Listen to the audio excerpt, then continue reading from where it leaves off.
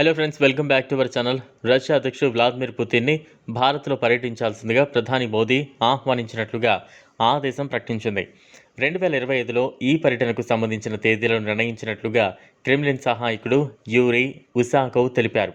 ఆయన మాట్లాడుతూ, పుతిన్, ప్రధాని మోదీ ఏడాదికి ఒకసారి సమావేశాలు నిర్వహించడానికి ఒప్పందం కుదుర్చుకున్నారని, ఈసారి రష్యా వంతు అని భారతదేశంలోని రష్యా రాయబార మా నాయకులు ఏడాదికోసారి సమావేశాలు నిర్వహించాలని ఒప్పందం ఉంది. ఈసారి ఇది మా వంతు. ప్రధాని నరేంద్ర మోదీ ఆహ్వానాన్ని అందుకున్నాం. మేమే దానిని ఖచ్చితంగా సానుకూలంగా పరిశీలిస్తాం అని ఆయన వెల్లడించారు. 2025 ప్రారంభంలో తేదీలు కనుగొంటామని అన్నారు. 2022లో యుక్రెయిన్, రష్యా మధ్య వివాదం ప్రారంభమైన తర్వాత పుతిన్ భారత్లో తొలిసారి పర్యటించబోతున్నారు. యుక్రెయిన్ వివాదాన్ని పరిష్కరించడానికి భారత్ ఎల్లప్పుడూ సిద్ధంగా ఉంటుందని ఇటీవల రష్యా పర్యటనలో ప్రధాని మోదీ అన్నారు. శాంతి, దౌత్య మార్గాల్లో సమస్యను ఇరు దేశాలు పరిష్కరించుకోవాలని సూచించారు.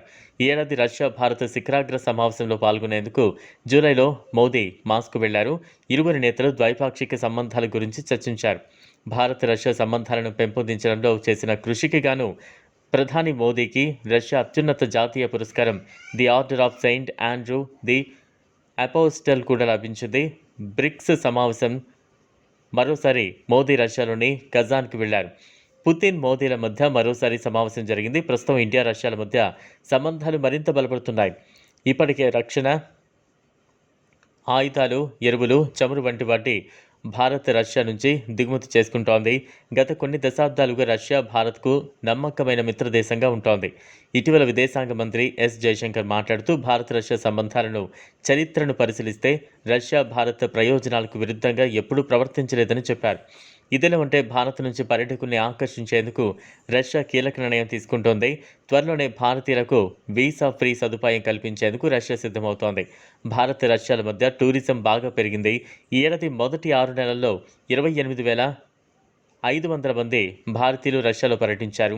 గతేడాదితో పోలిస్తే పర్యాటకుల సంఖ్య 1.5 రెట్లు పెరిగింది. గతేడాది 9,000 మందికి మాత్రమే వీసాలు జారీ అయ్యాయి. రష్యాకు వచ్చే పర్యాటకుల్లో భారతీయుల సంఖ్య 6%. రష్యా వీసాలను పొందిన దేశాల్లో భారత్ 5వ స్థానంలో ఉంది. వ్యాపార, వాణిజ్య కారణాల వల్ల రష్యాలో పర్యటించే భారతీయుల సంఖ్య బాగా పెరిగింది.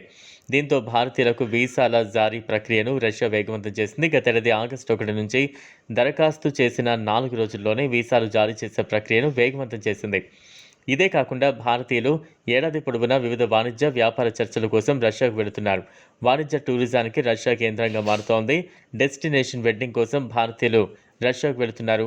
దీంతోనే భారతీయులకు వీసా లేకుండా రష్యాలో పర్యటించే సదుపాయాన్ని ప్రారంభించాలని యోచిస్తోంది. వచ్చేడాది మార్చి తర్వాత ఈ సేవలు అందుబాటులోకి వచ్చే అవకాశం ఉంది.